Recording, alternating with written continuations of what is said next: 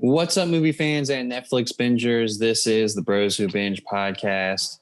My name is Adam Schubert, and as always, I'm joined by Lyndon Burton, another year older Lyndon Burton, an older, wiser Lyndon Burton. How are you doing this week? I'm first off doing well. Thank you, sir. Older, wiser. Also rocking the hoop earrings on my Michael Jordan swag. You see me. I'm trying to take the network to the next level. We're 4 years in. Happy anniversary to you, Schubert. Happy anniversary to the Bros Who Think Network. Thank you to all the fans each and every week that listen to me and Schubert talk about movies and televisions. We absolutely love you guys. We wouldn't be here without you. And we promise you that the next 4 years of this thing will only get better. We got a lot planned. So thank you for everyone who listens to us. We truly, truly appreciate it. But also got to say this, the Pitch It Batch got canceled.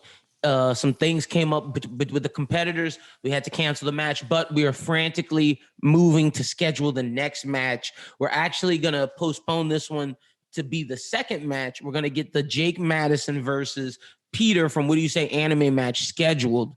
And then we're going to do the Christian versus Ian. Switch things around, had to postpone it. But that's the bad news. But the good news is, again, thank you. 4 years in this thing. Loving it. Loving each and every second of it.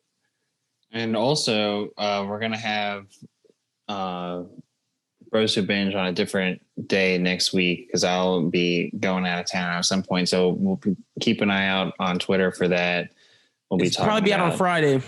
Something like that. Yep. Also, might as well tell y'all, Ian on the Bros Who Think podcast that dropped 2 weeks ago or last week. This week, I'm pretty sure. Yeah, this week. That dropped this week.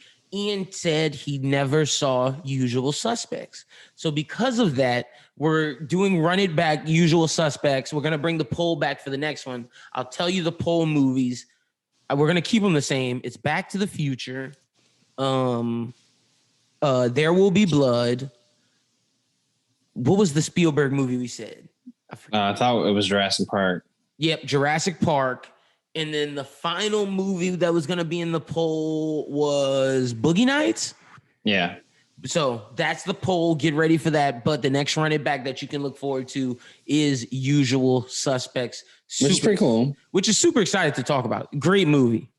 Yeah, I haven't seen the movie in a really long time. I think I've really only seen it once. Oh, so it'd be good to rewatch it again. Perfect.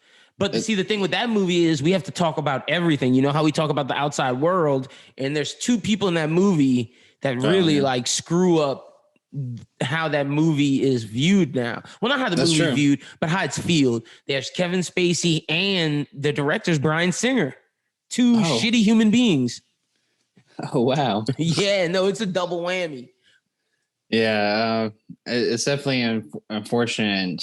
I mean, we're seeing it with our child stars now. You know, how are we going to look back on Drake and Josh? My God, the Amanda Show. But see, you can't be mad at Amanda. It's Dan Snyder. It's the person who made it. I'm not talking about Amanda. I'm talking about Drake on the Amanda Show. Oh yeah, and then Dan Snyder, the dude who made it. Who's wrong with Corey in the House?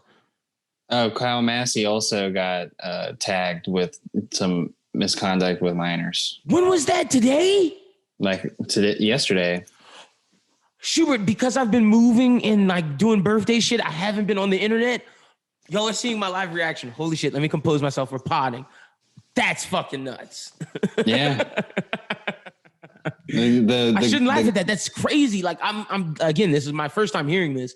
I'm only laughing because I'm so mind blown that happened. That's nuts, crazy. Because he was dating Hannah Ronaldo, the Vine star. Guessing she broke up with his ass when she found out. Holy shit. Yeah, I mean, I don't know all the details, but yeah, that happened. The meme that's been going around is Corey in the big house. Oh, geez. Yeah, man. So when we talk about Usual Suspects, we're going to just talk about the art because there's a lot of stuff to celebrate, like Benicio del Toro, Stephen Baldwin.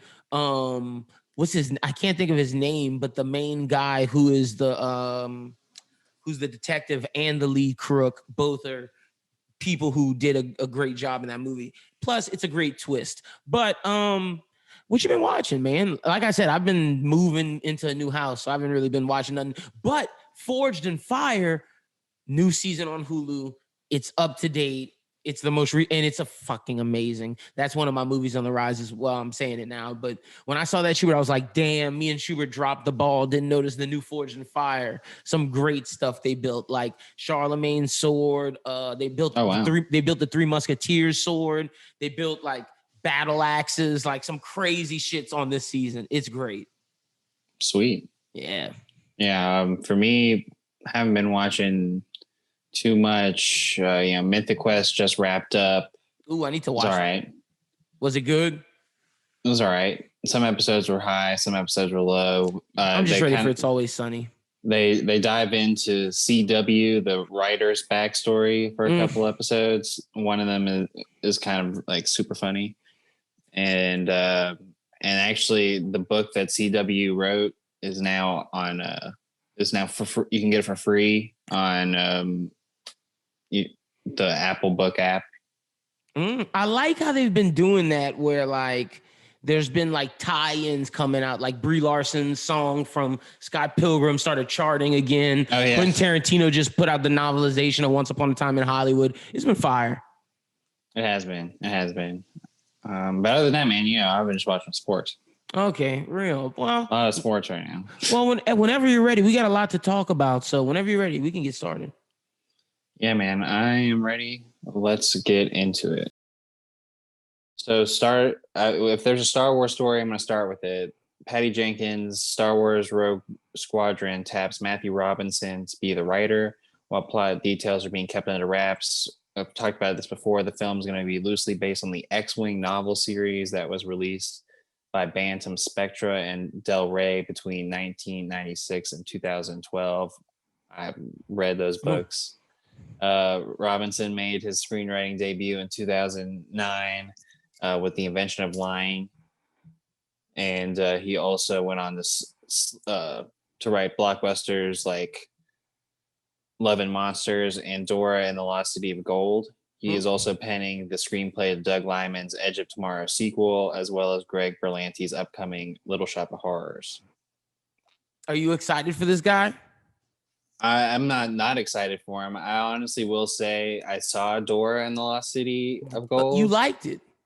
I wouldn't say I liked it, but you thought it wasn't bad. I thought it was. I would say it was well written. The story was good enough for me to like not lose attention. And but I haven't seen Love and Monsters, so I don't know. Okay, this was one of my least anticipated movies, but Patty Jenkins is a great director. That's why I'm leaving it to you, because this is your bag. X-Wing planes, that type of shit. It's really great that they're going to base it off that novel series, but I mean, it's not going to be the same characters. They're going to change that up a little bit, and I don't know. And I'm sure they're going to stay in that same era to the Empire, Galactic Civil War era, and I think it's just going to be a cool story to follow. It's going to not. I'm hoping it's not necessarily gonna do any tie-ins. That's the one thing like I don't really want to see out of this movie in particular. Like you can maybe make a mention to Luke Skywalker and like destroying the Death Star, but like you're trying to keep this about these characters. Yeah, for the most part, I don't want it to be like really like have anything to do with any of it. I want them to be just running missions. Gotcha. I got you. That makes sense. Like that makes total sense. I ain't mad at that. Yeah, so I almost wish this was a series, because having it be one movie event is kind of like, well, what are they going to make them do? It's got to be something that has a little bit of weight. So I did see some concept art where it was like a big space station with a lot of Star Destroyers docked at it.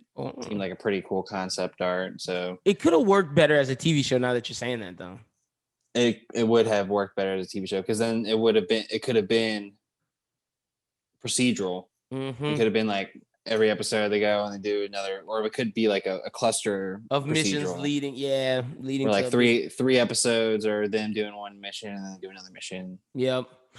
So, like I said, I'm not going to shit on this. I know you're excited for this, so it's the first one of these movies that's going to be coming out, so we'll see.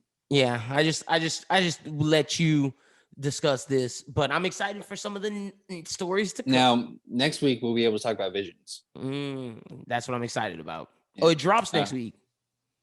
Yeah, it drops this week. Okay, lit. I'm okay. Fire. Excited about that. Yeah. Next up, HBO Max's Green Lantern series is reportedly looking to cast Outlander and Game of Thrones vet Tobias Menzies as Sinestro. Saw this. Don't know who the guy is. Didn't get a chance to look him up. I should have, but like I said, been in my own look him up world. right now. So you get his look. He does have a look that I would think would go with Sinestro, and I think he did a phenomenal. If I saw his Game of Thrones character and in a picture, I'd probably remember it, but I more so remember his Outlander character. He's which Baratheon? He's older Baratheon. He's not fat Baratheon. But he's not Stannis. Oh wait, who? Okay, wait. Maybe I'm tripping. Who is he? Hold on. I'm about to tell you who he's from Game of Thrones. All right, but his Outlander character, is a big character. He does a really great job. He's really menacing and evil. He's just the perfect villain. Oh, he's Tully. He's Ed Murray Tully. He's Tully. Oh, so he's like the brother or the dad? He's the brother of Brendan Tully. Yeah. Okay. Yeah, I'm looking at his face. He does look like he could be Sinestro. I'm not mad at it. He get a little facial hair. I could see it. So I think this would be a really great casting for this series. He looks like knockoff Mark Strong.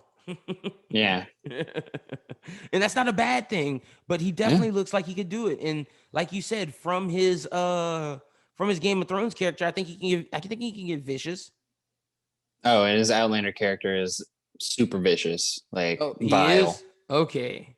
I fuck with that. Ooh, I'm looking at like a fan art. Yeah, I could see it. Yeah, I'm into it. Okay, solid. Well, okay, good for the Green Lantern series. Looks like it's coming together. Yeah. Now the question is, will this guy be will be Sinestro in the Jon Stewart and Hal Jordan movie? He's a good enough actor and semi big enough to, I think, make that happen. Like I think that he's big enough to be able to hold to that. Okay. Well, that's something definitely we're going to have to pay attention to, see where they put him in what time period, because Green Lantern goes over multiple time periods. Is he going to be closer to present day? And a cool thing would be having him as Green Lantern in the show and then turning to Sinestro at the end of the show. That way, when we get to the Hal Jordan, Jon Stewart movie, he's Yellow Lantern Sinestro. That would be interesting. I don't know exactly that's what direction they would go, but I would say that would be a pretty smart idea. Yeah, that's all I'm saying. So I could see it, but either way, I'm excited for this. All right, well, let's jump into the trailers. So we got a ton of them, and they're all pretty good, except for the first one that we'll talk about, which is Clifford, the big red dog, with its bad, terrible CGI and awful jokes. It's going to be your corny movie of the year. Get the Razzies ready. It was bad, but I didn't think it was that bad. They had moments where I was laughing, like when he ate the pug. I was like, "Whoa, Clifford ate the pug." What I didn't like the actor who was the uncle. Didn't like him. I don't like him. I thought the girl in Clifford had some funny moments. Definitely cheesy CGI. Don't know how he's gonna stay in New York. They would definitely have to make the move. So like, there's certain things that I'm like, and I see why you say it's a bad movie, but I definitely laughed at it. Yeah, well, I'm definitely not gonna watch it. If it's on HBO Max, I'll watch it. All right, that's fair. The next trailer. Let's talk anime real quick. Let's talk about Chainsaw Man. Great trailer. Did you like it? I did like it. I had been seeing on anime Twitter since I'm a little bit tapped in, especially when I'm working on the Bros Who Think Twitter. And I saw that some people out there were talking about Chainsaw Man is like the best new anime. It's better than Naruto. This blah, blah. And I'm like, oh, I wonder what this Chainsaw Man thing's all about. Looked it up. I was like, oh, it's just manga right now. And then I saw that the trailer came out. I'm like, oh, well, here we go. Now we're gonna get to see what Chainsaw Man's all about. And it was pretty hype, man. It was Look, pretty intense. I'm not gonna be like anti-Twitter and say it's better than Naruto, My Hero, or any of those things. In terms of new gen, I still have My Hero #1. I do have JJK and Black Clover above Chainsaw Man, but I think Chainsaw Man's better than Demon Slayer. I think Chainsaw Man's a very interesting story. It's very similar to JJK, but in its own way. I think it's a definitely really good, and it's more gory. It taps into the horror genre a little more. I think people are gonna like it though. I really do. I think it's gonna hit, and I think it's gonna be big in America. Hot Topic kids are gonna love it. Hot Topic kids, yeah, bro. They're gonna make so many like. There's gonna be so many Chainsaw Man cosplays. So many like people trying to get like tattoos of like the thing that you have to pull. Like there's a string that comes out of your chest if you're a demon, and you pull it, and it turns you into the demon. There's it's gonna be Hot Topic Central. There's like horns that one girl has. There's gonna be people buying the horns. Like this is gonna be merchandise city. Dope. Yeah. Definitely interested in Chainsaw Man. I'll watch it. I'll definitely wherever I can, I'll check it out. I mean, it'll probably be on VRV. Probably so. Let's move on and talk about Jellystone. Jellystone was a surprising trailer for me. I was like, oh no, are they gonna are they rebooting Yogi Bear? That's what I thought at first. And then I turned to it, and it's like that new age Cartoon Network-y animation. And it's not only Yogi. It's one new character. What was her name? Cindy Bear. She's the only new one. But other than that, it's the Hanna-Barbera roster. The roster. Yeah, Johnny Quest. I was shocked. And Johnny Quest. You were shocked by Jabberjaw? Nah, I knew Jabberjaw was going to be in there. I'm shocked that Johnny Quest and Haji were in there. Then I'm expecting to see Scooby. If you're going to put Jabberjaw, you might as well put Scooby-Doo. I think he's going to be in there. I think we're going to see the Flintstones at one point. Like this show, they're going to use all of them. And it seems like this is a mixture of adult humor and kid humor. I feel like it's going to be for teens, kids, and adults. Maybe if it's more, I feel like it's regular show level humor, but if it's more close enough, more Boondocks, I wouldn't be mad. Yeah, I think it'll be more regular show humor. I think like it's going to be like regular show where the concepts of the episodes are very kid episode, but like some of the lines that they're gonna say are gonna be like, oh, well, that goes over, Kid's Junior's head, but I get that. Mm-hmm. And these are all the characters that even the generation before us really grew up on. I mean, it's really their cartoons. It's not really ours. Yeah, I mean, like we watched some of them, especially in our really early years, like Flintstones, Scooby-Doo, Jetsons. Like I really did watch Jabberjaw pretty hardcore when I was a kid. I mean, Jabberjaw was basically the Scooby-Doo. It's basically Scooby-Doo. Mystery Solving. The Pussycats. The only thing is Jabberjaw had a band with him. Oh, did he have he had a band with him. And did they have the talking dune buggy, or was that a totally different show? I think that was a totally different show. But Jabberjaw did drive in a dune buggy, did he not? I thought so. That was their car. I'm pretty sure. Now you got me Googling Jabberjaw. No, I'm looking at it right now. Speed buggy was its own thing. Okay. But their car was I thought it was a boat. Oh, they rode in a boat? Or like not a boat, but like like a Jetsons looking boat. And the thing is, they weren't Josie and the Pussycats band. But they were band. They were called the Neptunes. Yeah, exactly. Jabberjaw's car. What car did they have? I thought they had a Doom. Oh no, you're right. They did have a like a submarine. Yeah. But Speed Buggy was its own show. I do remember the crossover. Speed Buggy was its own show. Crazy. Jabberjaw. But they're bringing all that back in Jellystone. See, we're going to watch that shit. Oh, yeah. I'm watching Jellystone. That's a fact. It's a done deal. Let's move on to the movie or one more show. Let's talk about The Foundation. Yo. Apple has a hit on their hands. This looks like sci-fi Game of Thrones level television fantasy. And I love it because it's sci-fi, very political. The Lee Pace's character about being this king for multiple generations. They clone them to have each age there.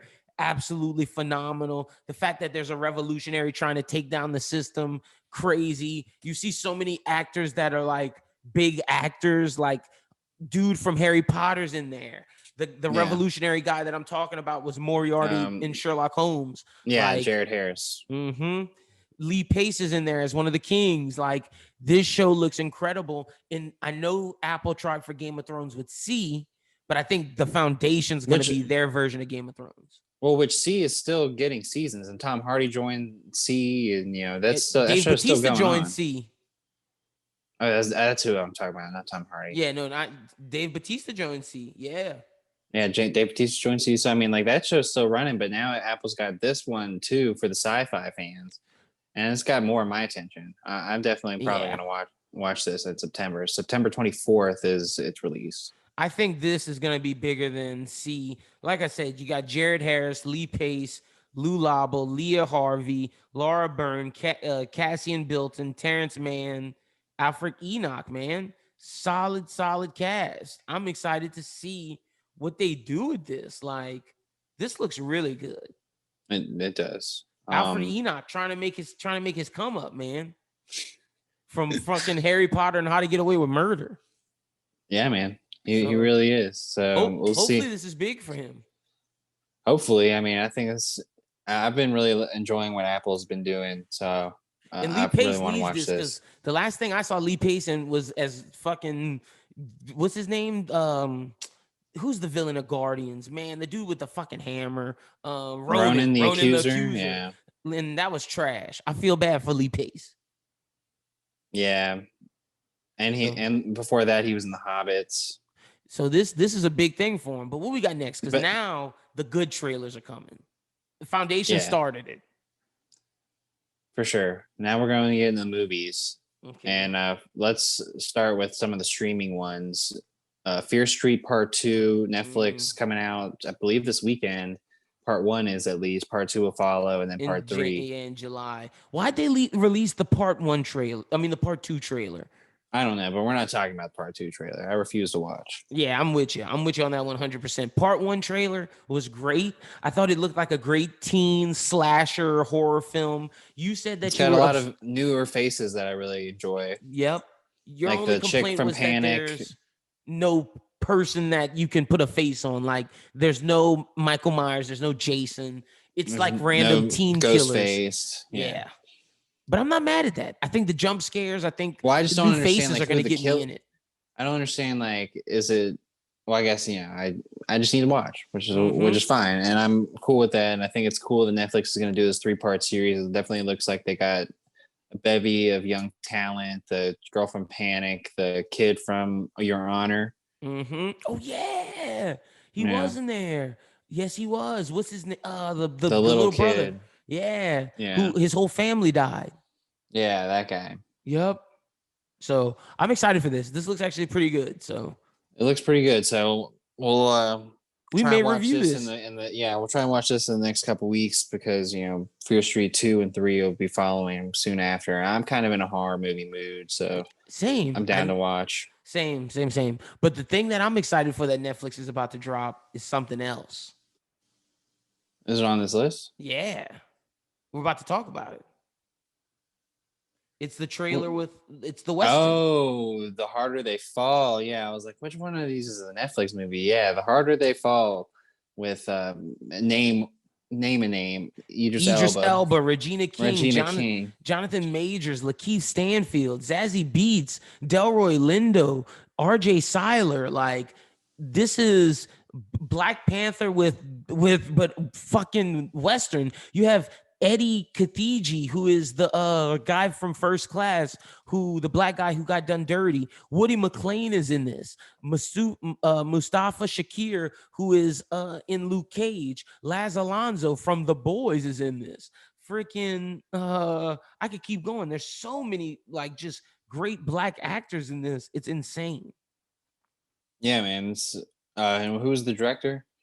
Now, see, the director is someone I've never heard of. Okay. James Sam, or maybe it's James Samuel. It might be Jaime Samuel or James Samuel. I'm sorry if I'm pronouncing your name wrong, but the only thing we've known him for is he did a Jay-Z documentary, and They Die by Dawn. And yeah, Jay-Z is a producer. Yeah, Jay-Z is the producer. That makes sense. So this is his breakout. Like this is his breakout big movie. And man, did Jay-Z rack up the talent for him. Look, this looks like a great Western. Basically, it's Regina King, Lakeith Stanfield breaking out Idris Elba from jail, and it's their gang being terrorizing. Idris Elba's like this big gangster, him and Regina King and Lakeith Stanfield. And basically, there's these bounty hunters who's Jonathan Majors, Delroy Lindo, Zazie Beetz, RJ Seiler, and their job is to go capture Idris Elba. This is so fucking dope. This reminds me of The Good, the Bad, the Ugly. This Pretty reminds much. me of what's the A Few Dollars More, where it's basically Lee Van Cleef and Clint Eastwood teaming up as bounty hunters to go take down a gang of people. It reminds me so much of A Few Dollars More. So I'm so excited for this. We've needed more Westerns, and the fact that we're getting a Black Western, which we never get, is so interesting and cool. Yeah, like I mean, a Black Western in like the traditional Western sense. Like I feel like we've had some that have either had, like Denzel Washington in Magnificent Seven, or like you've had like your one black cowboy like Django. Or in Unforgiven, you had Morgan Freeman. Exactly. But now this is pretty much every character is a black character. Yep. I'm excited for this. Essentially 100% a Black Western. Jaime, really cool. The director better come with it.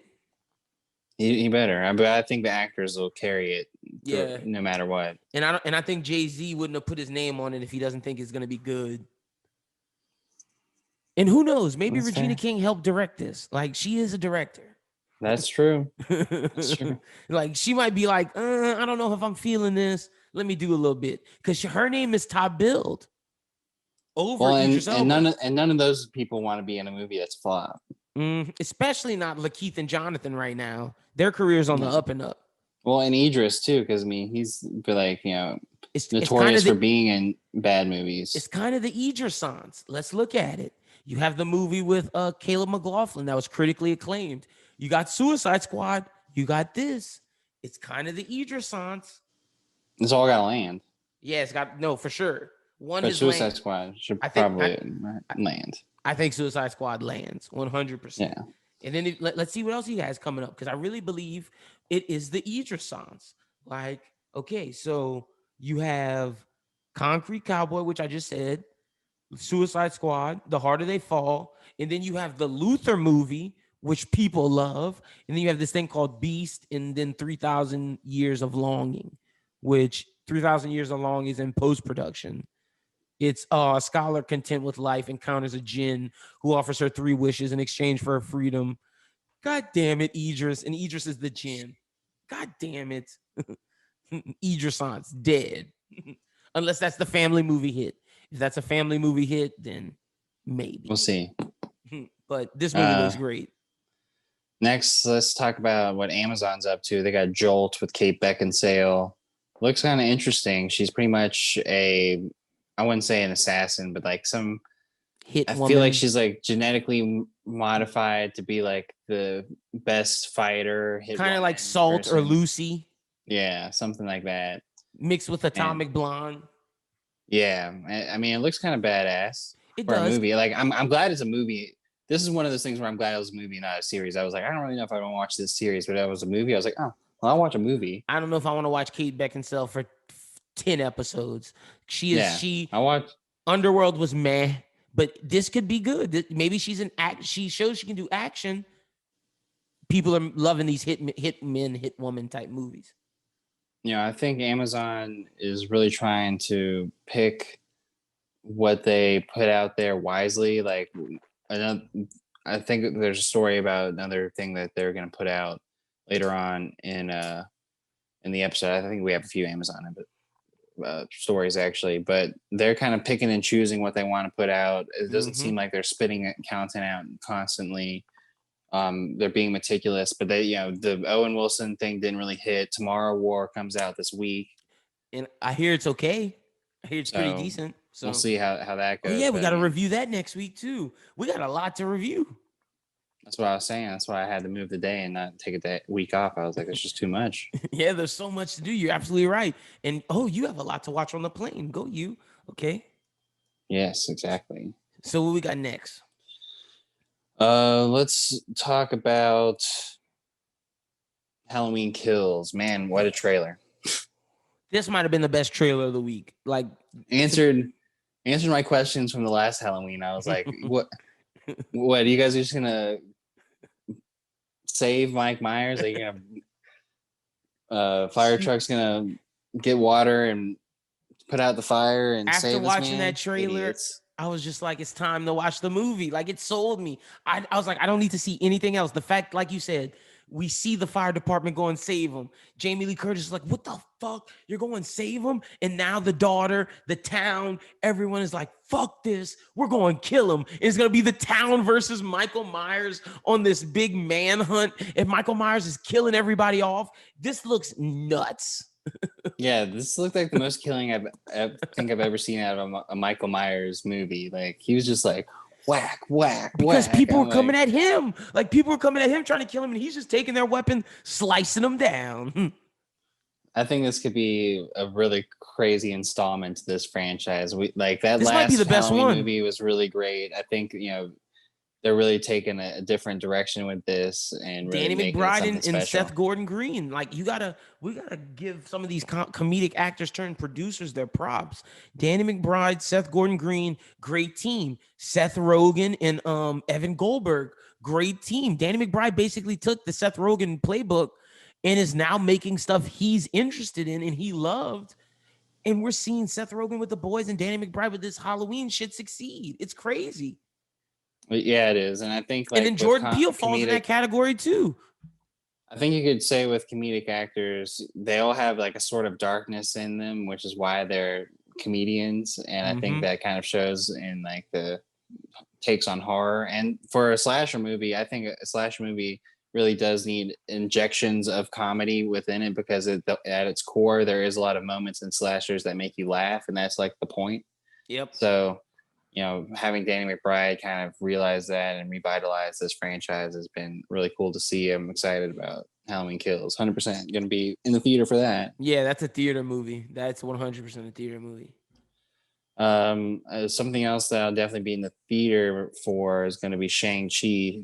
Latest trailer came out. It looks pretty fire, and I think I'm probably real excited about that more so than the Eternals right now. More than Eternals, more than Black Widow. I've said all year Suicide Squad I think will be the best comic book movie of the year. I think Shang-Chi will be number 2 and give it a run for its money.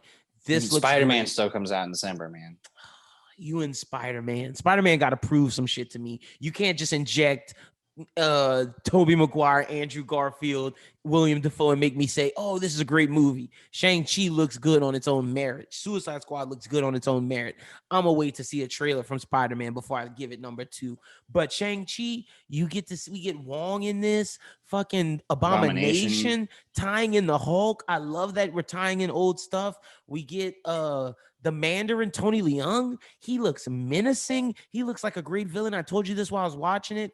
I'm glad Tony Stark didn't face him because Tony Stark might have got his ass beat because Tony Leung looks like he's a bad motherfucker as the Mandarin. And we get to see a dragon who people are saying is the Great Protector. To me, the Funko Pop of the Great Protector looked different than the dragon in the movie. That might be Fing Fang Foom, but I don't want to say that because I've definitely seen the Funko for the Great Protector, which is a dragon that's supposed to be in there. Might be that the dragon looked cool. I think the action looks good. I'm very interested in the guy with the chainsaw hand. He looked like a badass. So I'm excited to watch this, man. Yes, a classic origin looks like story. This is going to be his real big breakout. I think maybe he'll be getting in a movie with Henry Golding soon. Oh, Simu Liu? Yeah. Simu? But you posed a pretty good question before we got on the pod about Shang-Chi and Snake Eyes. I asked this question to you. Which one do you think looks better? And I'm not trying to pit Asian actors against Asian actors, but it's just 2 martial art centric action movies, both coming around the same time. You got Simu Liu and then Henry Golding. To me, Snake Eyes looks better right now. It obviously Marvel's more consistent than what we've seen from the G.I. Joe franchise, but this Henry Golding movie looks great. Not saying Shang-Chi doesn't, but I'm just saying, which one do you think looks better? See, I think it's Shang-Chi. It's just mainly because like I just don't really understand like the point of Snake Eyes. It's just like a nut. I just don't Just get an it. assassin. He's an assassin, Yeah, a and I mean like ninja. and at least with this Shang-Chi trailer, it really kind of gave me an idea of like where this is placed in the MCU like franchise. G.I. Joe kind of fucked itself, but this is the first. Like, he is gonna get recruited by G.I. Joe. Then we're gonna get the G.I. Joe movies. Like, I'm hype. We're gonna see the rise Maybe. of Cobra. We'll see. But I But understand. I'm really going on a limb with Snake Eyes just because Henry Golding looks great. But you're right. Marvel's more reliable. Shang-Chi's the more reliable movie, the more put together movie. So I can see why you say Shang-Chi. yeah, and like you said, I mean, it is one of the bigger and more interesting and exciting movies that Marvel's going to put out this year. And I like I heard said, Bla- seeing I heard Black Widow, the reviews are out. I heard it's not good. I heard well, it's I think I it's heard it's very lackluster. I feel like it's also just really hard for people to get behind that movie because it really has no purpose. And then on top of it, you've put out these great television shows. And if that movie, if it doesn't if it's not better than the television shows, of course people are gonna say it's lackluster. Like, you waited so long, you made people lose interest in it, and like you said, it has no point for the future. So first off, it has no point for the future. You delayed it for so long. No wonder this movie feels lackluster to people. Yeah, Like, what's not worth the important wait, about I this guess. movie? Like when you get a build up like that, and it's like, oh, we And I waited this long. And I know people are going to say movies are supposed to stand alone, but Marvel has put themselves in this corner where everything's supposed to matter going forward. There's nothing that matters about Black Widow. Yeah, I mean, it's really a COVID issue for Black Widow, and they should have just put it on Disney Plus a while ago. This is They their should loss. like they should have just done it and like put the bullet because now it's just you've Like, critics are built saying people it's up. not good. Yeah, you built people up for a movie that just didn't matter, and when it was supposed to fall last year, it was going to be in a slot where like, oh, it doesn't matter. Like we're going to But get this, because it's we're going to COVID, get it this all might have this helped down the it. line. No, because of COVID, like it pushed it back and made it everyone be like, oh, expectations, like, No, for I haven't. sure. And I'm saying if they would have dropped it, it might have been a bigger hit because we weren't getting anything.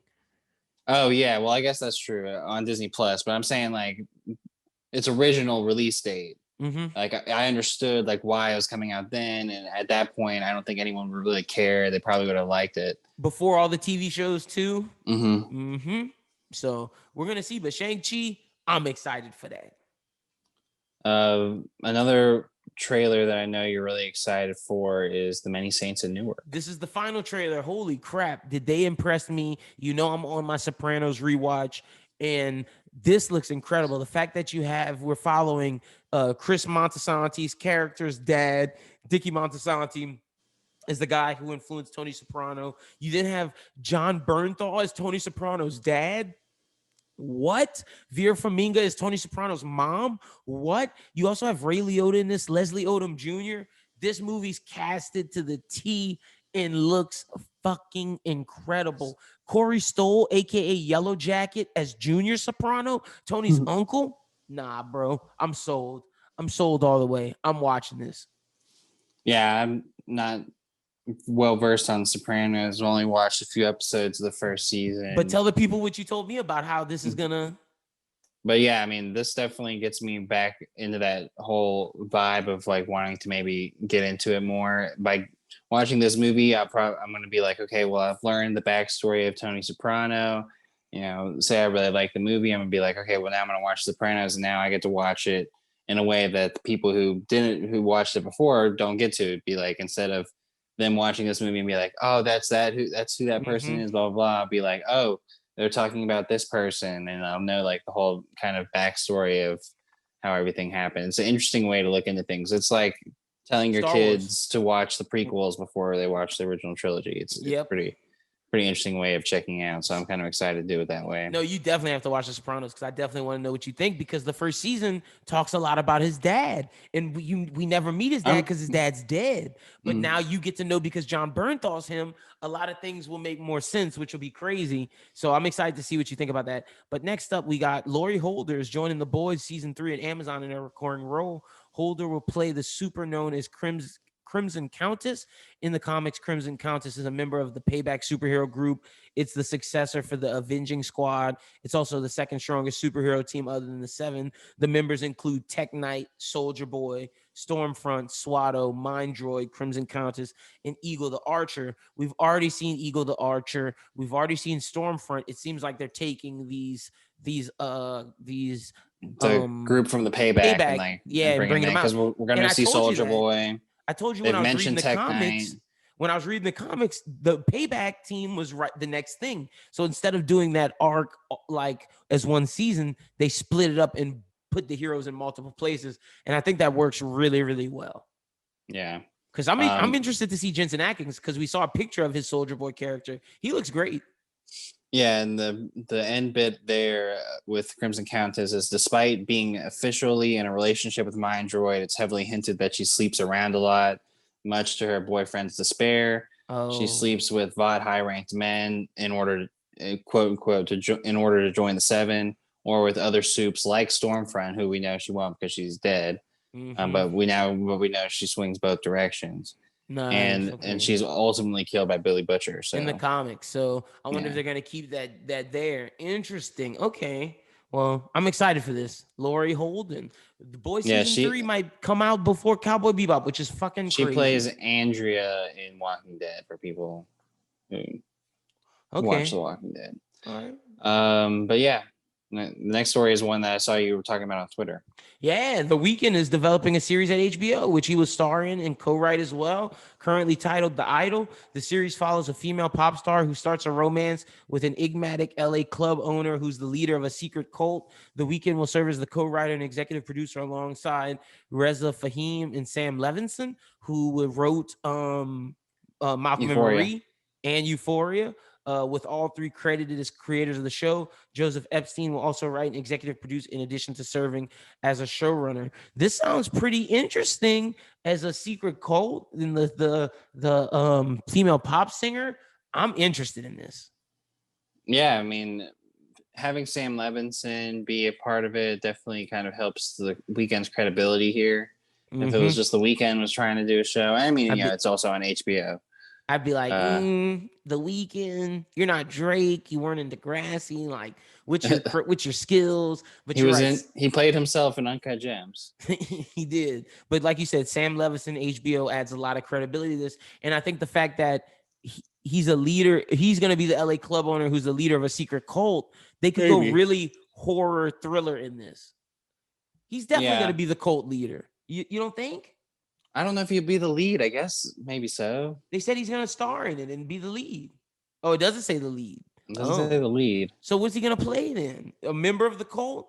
You can't have the member of the cult or like someone who's associated with the pop singer. Okay. Well, we're going to have to wait and see. But that sounds super interesting. So, but... Yeah. All right, next up, we got the Justice League Dark has conjured its next member, a series dedicated to Madame Xanadu in the DC Comics titled about the immortal sorceress who dates back to the time of King Arthur is in development at HBO Max with Bad Robot and Warner Brothers Television. Filmmaker Angela Robinson is writing the one-hour drama series should it get greenlit with executive producer J.J. Abrams and Ben Stevenson. This just seems like J.J. Abrams is getting his Justice League Dark cast ready to go. Yep, he's taking advantage of that contract he signed with Warner Brothers and putting together some interesting little DC shows. We were getting Zatanna, we're getting Constantine, now Xanadu. We're gonna get the Justice League Dark movie eventually. It's coming. Yeah, so it's cool that he's doing this in a way that we're kind of gonna get to meet these characters before the eventual Justice League Dark. And let me ask you, don't you think it's interesting in the log line specifically, they said whose time dates back to King Arthur. We also know there's another Justice League Dark character whose time dates back to King Arthur. Instead of giving him his own movie, you introduced him in the Madame Xanadu series, Etrigan the Demon, who's played by Jason Blood, one of the Knights of the Round Table. Ah. You didn't think about that? I'm so excited about that. That was one of the things I was like, oh, shit. We can get 2 Justice League Dark movies for the price of 1. Yeah, so I guess that's probably what they'll do here. And they said it is going to be a movie. Mm-hmm. Oh no, a series. Yeah, I thought it was a series. So I think it's even better. Yeah. Honestly, I'm series over movie at this point for a lot of these things. But like I said, there are some that are like I'd rather see the movie than series. Mm-hmm. But this is definitely one that I'm glad is getting the series treatment. So I'm excited to see this. It'd be pretty cool. Same. I don't So know much about the character. I am learning more and more about Justice League Dark characters. look, she's a person who lived throughout many eras. You could do it anthology wise, where each episode shows her in a different era of time. You could do it all throughout her Arthurian days, like I said, and bring Etrigan the Demon in. There's multiple ways you can do this, but I'm excited nonetheless, either way. All right. Well, moving on to our next story. Disney Plus has announced they're going to do a Marvel themed short with The Simpsons titled The Good, the Bart, and the Loki, which will premiere July 7th alongside the fifth episode of Loki. After being banished from Asgard once again, Loki will team up with Bart in a crossover event that pays homage to the Marvel Cinematic Universe. Loki star Tom Hiddleston will lend his voice as the God of Mischief for the animated short, where he will cross paths with many fan favorite characters from The Simpsons. Oh, okay.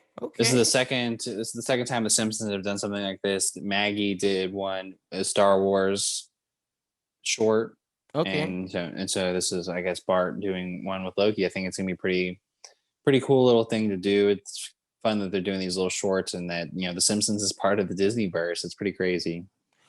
Yeah, so let's go. I'm down for this. Like you said, it's already happened before, and it's Disney utilizing all their characters.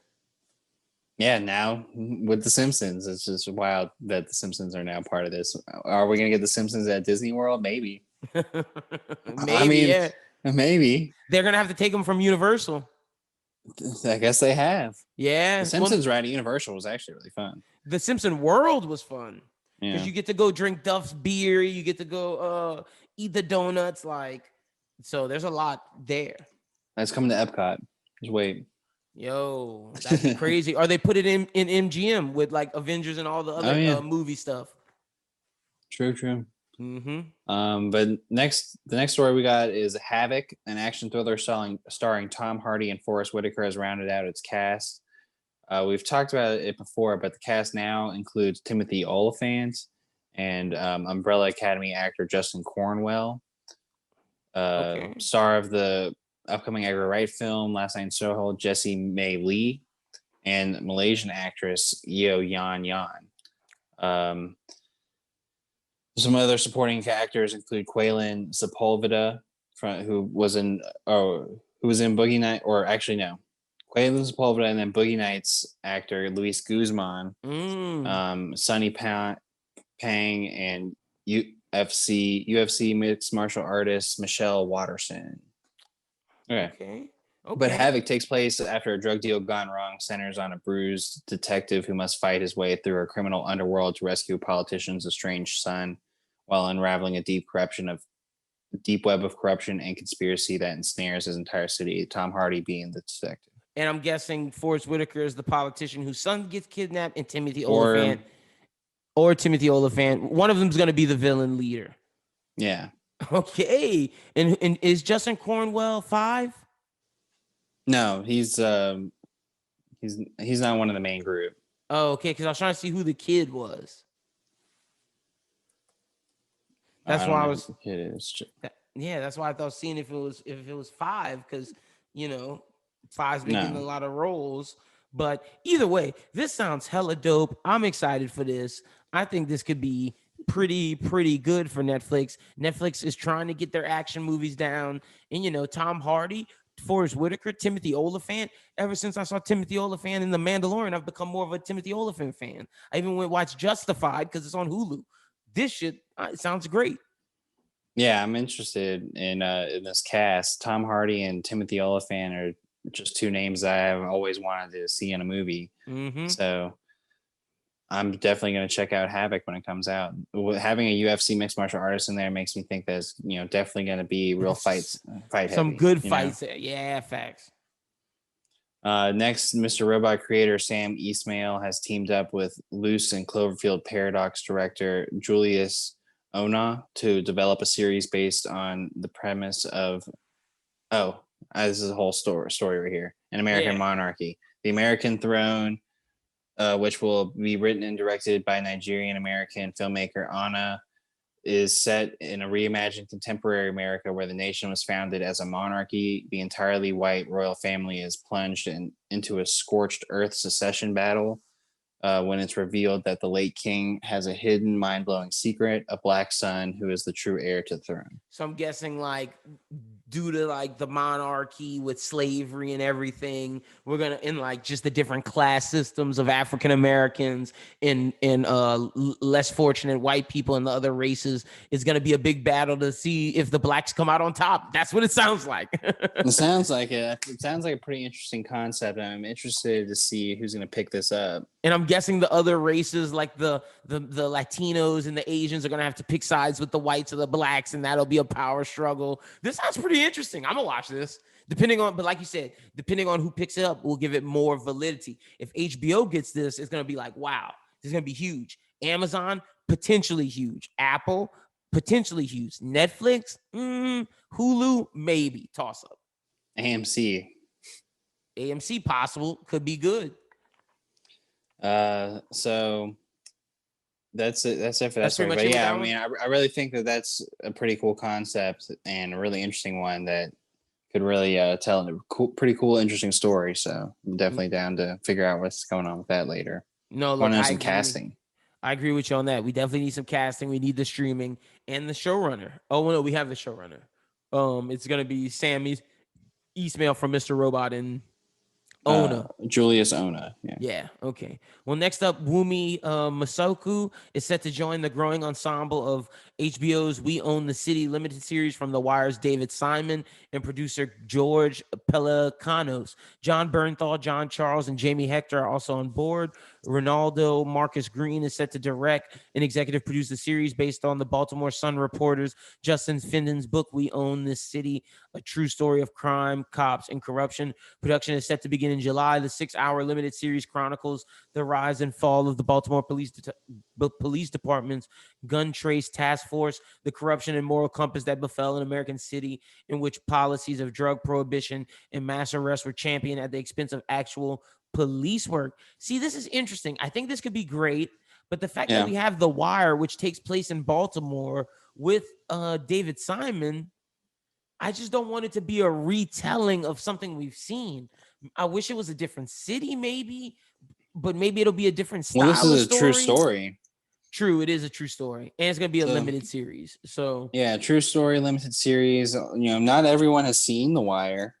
It could bring you to like a different audience, and maybe people would want to check out The Wire because of it. Maybe, possibly. Yeah, you're right.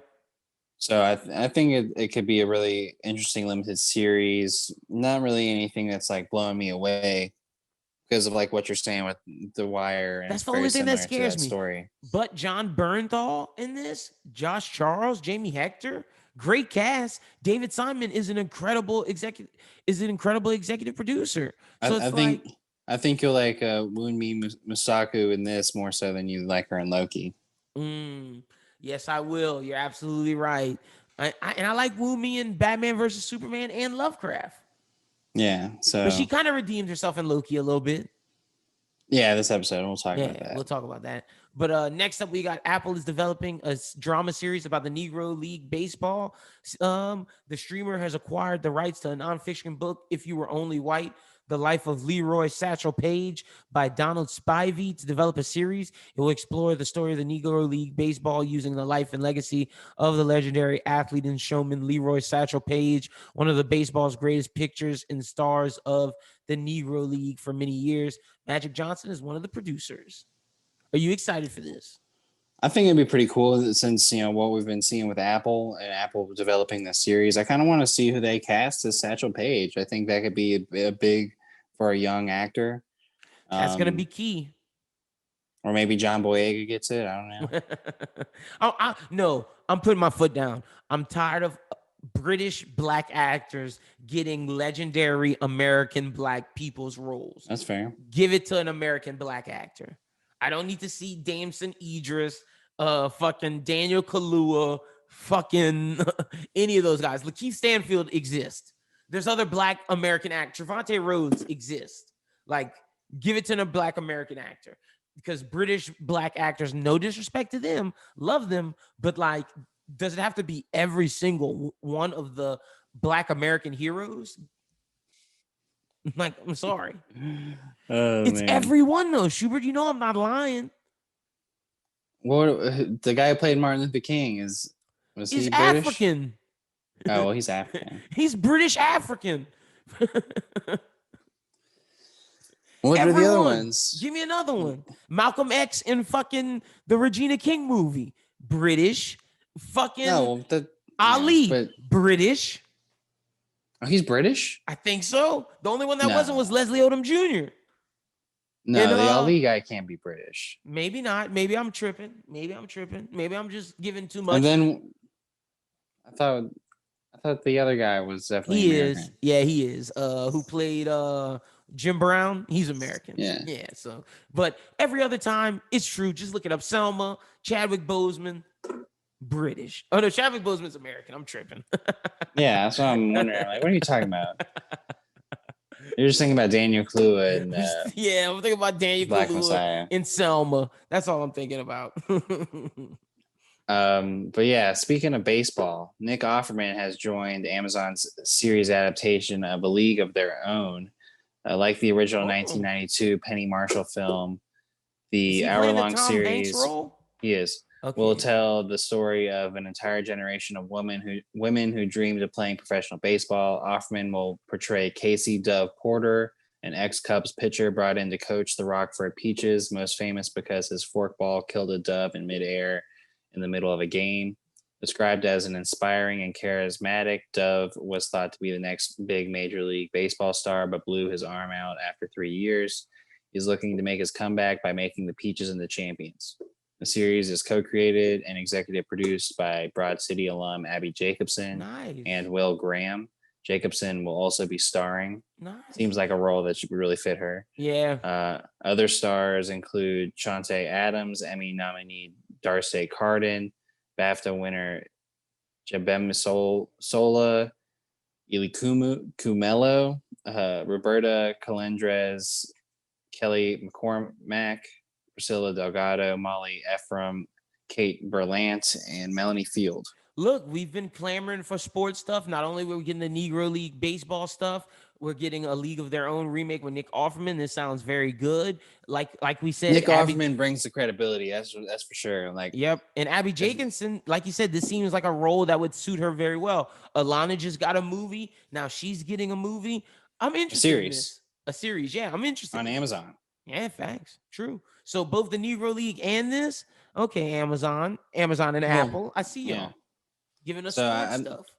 Pretty neat. Nick Offerman actually tweeted about it earlier today. He's really excited about it. I think he could do the Tom Hanks role, maybe even better than Tom Hanks, because Tom Hanks seemed like he was his typical American apple pie. Nick Offerman can do that, but give a little bit more gruff to the role. It is supposed to tackle larger themes than the original movie, especially because it is a series. So, he might be definitely able to give that bite to it. And I think he'll have a little bit more of an edge than Tom Hanks' character too, because Tom Hanks is apple pie. Nick Offerman will be apple pie with the cheese on top. The people who eat apple pie with cheese. Like, I'm thinking he'll be a little bit of like Tom Hanks' character in A League of Their Own, and a little bit of Billy Bob Thornton, Bad News Bears, something like that. I see that 100%. So, all right, good for everybody involved. So Sophie Turner, she's signed up for a cameo role in Jennifer Caitlin Robinson's upcoming Netflix feature Strangers. Turner will take on a small role in the dark comedy, which is headlined by Riverdale's Camila Mendez and Stranger Things' Maya Hawke.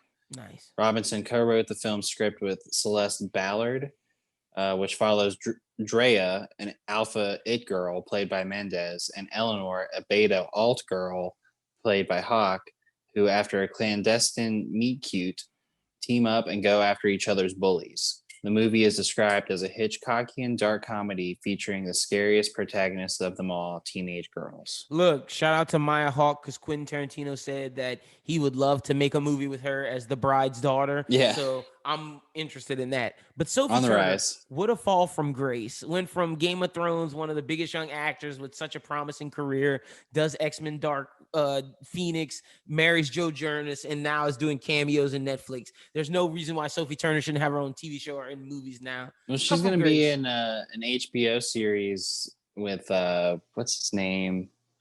Hugh Grant. Oh, okay.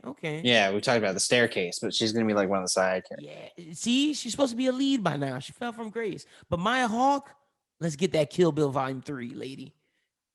This could be really cool for Maya Hawke. I mean, every movie that she's in, especially in the lead, gives her more opportunity to shine. I think she actually is in Fear Street. So we'll see. I thought I saw her flash in there. I don't think she has a big role, but I think she might be in it. Okay. Maybe gets killed early. We'll see. Drew Barrymore on screen. Yeah, facts. Spoilers. Vanessa Kirby has joined the cast of The Son, Florian Zeller's follow-up to his Oscar-winning feature debut, The Father. The Son focuses on Peter, played by Hugh Jackman, as a busy life, and as his busy life with new partner Emma, who's going to be played by Kirby, and their baby is thrown in disarray with ex-wife Laura Dern. Turns up with teenage son Nicholas. The young man is troubled, and pretty much Hugh Jackman is like going to become a dad. Trash dad, yeah. No, look, Vanessa Kirby, shout out to my girl. She's becoming one of the Hollywood's hottest drama actresses, going for the Oscar bag. I love to see the rivalry between Laura Dern and Vanessa Kirby. I think that's going to be an acting masterclass. Then with Hugh Jackman as like the shitty dad, I think this could be Oscar central. If The Father won one, I think The Son has more potential, at least for the ladies. Vanessa Kirby, maybe lead actress, Laura Dern supporting. I see that coming. Yeah, 100%. The Father, Anthony Hopkins, that got him. Did he win? Yeah, he won Best Actor, lead actor. Yeah, so beat out Daniel Kaluuya and Lakeith. So all three of these actors have a really great opportunity of getting a trophy. Hugh Jackman, Vanessa Kirby, and Laura Dern. Even though I think Hugh Jackman has the worst chance out of the three. He has the worst chance out of the three, but I mean, he's definitely as good an actor to be able to put the performance in for it. So for sure. Not to shit on Hugh Jackman. Now I know it sounded like it for a sec, but I used to be a big Hugh Jackman shitter honor until I saw Prisoners and all that. So yep, you were, and I was always telling you, yo, Prisoners makes you look at Hugh Jackman different. He's more than just Shang Wolverine. Yeah, exactly. I wonder if I can, when I do that, I see if I have VFX to make the claws come out of my hand for the YouTube people. I'm gonna try. But next up, Andrew Garfield and Daisy Edgar Jones will star in FX and Hulu's limited series Under the Banner of Heaven. The series hails from writer Dustin Lance Black and is based upon John Krakauer's novel of the same name. In the series, a devout detective's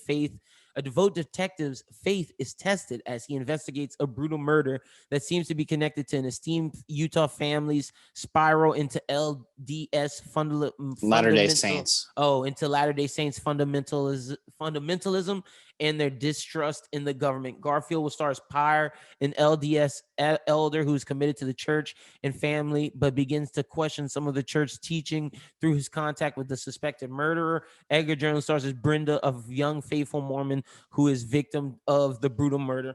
I think this is perfect for Andrew Garfield, being a detective that's a devout Latter-day Saint Christian.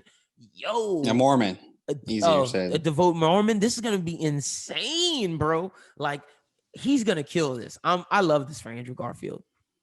Yeah, this is gonna be pretty cool. I'm glad FX is doing it. I definitely trust FX to put on like a pretty cool drama series. Daisy Edgar Jones is from Normal People. This is one of the first things I'm seeing her in since that series. It probably won't be around long. She's getting brutally murdered, but crazy Andrew Garfield's going to FX. That says a lot about FX. It does say a lot about FX. For them to get Andrew Garfield to sign on to this role, I think that they're really going to put out something really nice here. I think FX has really kind of cemented themselves as like one of the non-streaming TV networks. Hubs. Yeah, facts. No, and the fact that Hulu backs them up and Disney. This is basically Disney's adult streaming service. This is them saying, hey, we're going to put the money behind you, Hulu and FX. Y'all be the adult streaming service, and we'll get you the actors that you want, i.e. Andrew Garfield. Exactly. So, And I'm ever since I did a big report in college about Mormons, I'm you've been obsessed interested. with Mormons. So sign me up for anything. There's been like a documentary about like some murders that are in the Mormon church, and they get covered up because of they religion. Yeah. Ooh, And this could be great then. And like the hierarchies of the LDS church. So it could be really interesting. I think it's gonna get like very tangled web for this detective. Let's go then. You know me. And we'll probably review this like we did with Mayor of Easttown, which we should have done weekly, but like we did with Your Honor. This is right up our bag. Next up, David Dastmalchian, Liam Cunningham join Amberlin's horror thriller Last Voyage of the Demeter. Other notable names in the cast include Jean Briones, Stefan Kapashik, who played Colossus in the Deadpool movies, Aisling Francesio, and creature feature actor Javier Botet. The horror film is being directed by Scary Stories to Tell in the Dark filmmaker Andre Overdahl. Demeter was the name of the ship that transported Dracula from Transylvania to London in Bram Stoker's classic. In that 1897 novel, the ship washes up on the shores of England, tattered and broken, with one raving mad survivor. The script tells the tale of that journey in which the crew is slaughtered one by a mysterious passenger. Zach Olowitz, who wrote the upcoming Brad Pitt star Bullet Train and worked on Netflix's Fear Street trilogy, wrote the current script. Cunningham is playing the ship's Staley captain, while Dastmalchian is Wojciech, the Demeter's first mate. Botet will portray Dracula. The casting of the actor gives an indication of the interpretation of the classic character, as Botet, standing 6 feet tall, 7 inches, is known among Hollywood's directors for his work playing horror entities, aliens, and the things nightmares are made of. This sounds interesting. Yeah, it sounds pretty like a pretty interesting little horror film. And it's Anne Boleyn, so yeah, Anne Boleyn, David Dastmalchian, Liam Cunningham, 2 names that I definitely are horror guys. Get me excited. And Botet, being the go-to guy for being a scary monster. It sounds like it's a great equation for a good horror movie. Yep. So look, well, I'll maybe check it out. I need to see a trailer first, though. David Dastmalchian is definitely going to be the crazy mad person survivor. Yeah, facts. 100%. Well, yeah, you don't name him first, and he's not. No. Bridgerton's Phoebe Dynevor. Bro, we got some hard names this week. Like, I know, Jesus. Bro. I'm sorry to everybody. We've been butchering names this whole fucking show. So Phoebe, she's found her next big film role. She's set to star in Sony Pictures' I Heart Murder, with Ingrid Goes West Helmer Matt Spicer directing. The screenplay is written by Tom O'Donnell and Spicer. The plot is being kept under wraps, but it's a female-driven thriller. More horror and thriller. We've been having. Have you ever seen Ingrid Goes West? Yes, really good movie. So I think it'll be more like that kind of thriller. Okay, I liked it. Like psychological. I thought our girl, what's her name? Gosh, I'm blinking. Aubrey Plaza did a great job. I thought Elizabeth Olsen. I thought Elizabeth Olsen did a great job. I thought O'Shea Jackson Jr. did a great job. It was very well directed by Matt Spicer. So I think this could be really cool. Yeah. Depends on the cast that's with her, though. Yeah, but good for her for getting out of her Bridgerton spotlight and getting in something a little bit more spicy. Facts. Ooh, this next story had beef. It did. That's the whole reason I put it in there. I wouldn't have put it in there otherwise, because neither one of us has really watched Supernatural. We just like drama. But the Supernatural prequel about the Winchester parents is headed to the CW. The 1-hour drama will be produced by Chaos Machine Productions, the production banner for Jensen Ackles and his wife, Danielle Ackles. Per the logline, the new show will be told from the perspective of the narrator, Dean Winchester, played by Ackles. It's described as the epic, untold love story of how the Winchester parents met and how they put it all on the line, not only to save their love, but the entire world. Jensen Ackles' co-star for Supernatural, Jared Padalecki, took to Twitter to reveal that he has had no involvement whatsoever in the show, and a tweet by Ackles was the first he'd heard about it. dude, happy for you. Wish I heard about this some other way other than Twitter. Was his tweet. I'm excited to watch, but bummed that Sam Winchester has no involvement whatsoever. Stating it again. The next one is what got me. Yeah. The next tweet. When asked by a fan if his tweet was a joke, Paladecki replied, "No, it's not. This is the first I've heard about it. I'm gutted."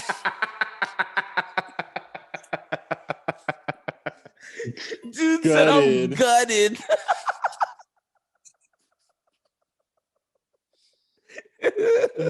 Oh shit! Boo-hoo, boo-hoo, Dean Walker, from Gilmore Girls, bro. You're Walker, Texas Ranger now, bro. Dude said, "I'm gutted." That character meant so much to me. Like, what a choice of words. Jensen Ackles did not respond. Dude does not give a fuck. Yeah, dude. Jensen Ackles is like, bro, I'm gonna get my money from CW. I'm gonna be on The Boys. Like, I don't need this. Maybe they weren't that good of friends in real life. Maybe Jensen Ackles is like, bro, I can't put up with your shit anymore, Padalecki. Yeah, I've been with you for how many seasons now? 13 like seasons. Yeah. Like, I'm doing this alone. 15 seasons of like 20 episodes. Yeah, I'm done with you, bro. And like, what can he add? Like, honestly, this is a story about the parents. Like, you have your own vision. Like, he would have his own, like, when you say you only need one narrator. Dude said, "I'm so sad that Sam Winchester had no involvement whatsoever. I'm gutted." Like, what are you talking about, my guy? He's just mad that he didn't tell him that he was going to do it. He just wants the money, bro. He wants to get it. He wants a little cut. That's Walker, what he Texas wants. Ranger, not kicking ass like he thought. And Jensen getting the boys love, and he's getting this. Then he was Batman in the Long Halloween. Maybe Padalecki's, like he said, needing his paper. The Acklesons. It's the Acklesons. Yeah, you're right. Oh shit! I'm glad you put that story in there. That's absolutely hilarious. I'm gutted. I was laughing so hard. I was like, bro, are you serious? Same. Next up, we got Dwayne the Rock Johnson will star in Red One for Amazon Studios. The streaming service announced Monday the film will reunite Johnson with Fast and Furious scribe Chris Morgan. The pair recently collaborated on the hit spinoff Hobbs and Shaw. Red One was conceived by Hiram Garcia, president of production at Seven Bucks Production, the company that Johnson co-created with founder Danny Garcia. It's described as a globe-trotting 4-quadrant action comedy, which imagines a whole new universe to explore within the holiday genre. The film is currently scheduled to shoot in 2022 with a planned 2023 holiday release. See, this is a very interesting log line, or an interesting way to say this by trying to make it seem what it's not. This is a marketing ploy. This is Dwayne The Rock Johnson having a Santa action movie where all the things that happen in the movie are going to be part of Amazon's rollout for their holiday season selling stuff. He's going to be as like pictures of Santa on the website. They're going to be selling merch. This is a marketing ploy where Dwayne The Rock Johnson is using his star to get millions of Jeff Bezos's dollars. I'm not excited for this. I'm not going to lie to the people. This is a straight up marketing ploy for Christmas. Yeah, this is Amazon being like, how can we make money? Mm-hmm. And it's going to work.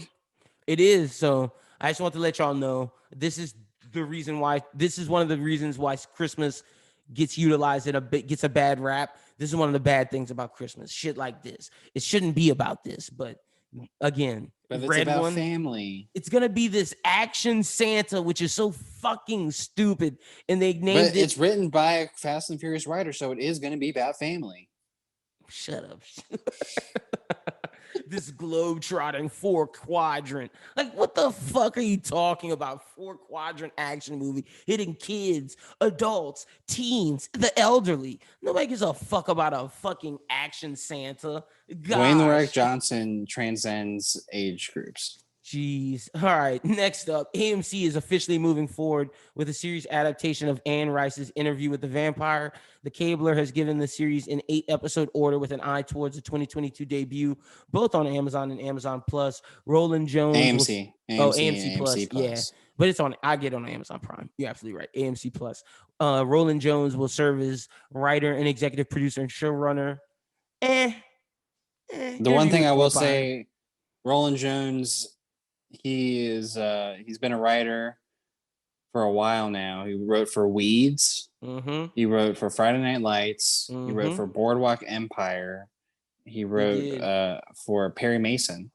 which was one of my favorite shows of that year. So he's been a part of some really good projects. So I think that having him behind it makes me a little bit more interested in it. I still haven't seen Interview with a Vampire, and I know that I need to. Mm-hmm. It just hasn't been available on streaming. It's okay. It's nothing to go home about. But vampires had their run for a while. See if they They're trying to can make a come back comeback. around. Yeah, trying to make a comeback. We had 2 vampire stories on this. We did. We did. Apparently, they're coming back. Maybe it's the vampire sons. Maybe. Sam Neill and Christoph Waltz and Patrick Gibson will head the cast of The Portable Door, a fantasy adventure film adapted from the series of novels by Tom Holt. The story sees 2 lowly put-upon interns at a mysterious London firm, J.W. Wells & Co., become steadily aware that their employees are anything but conventional. The charismatic villains who run the company are disrupting the world of magic by bringing modern corporate strategy to ancient magical practices.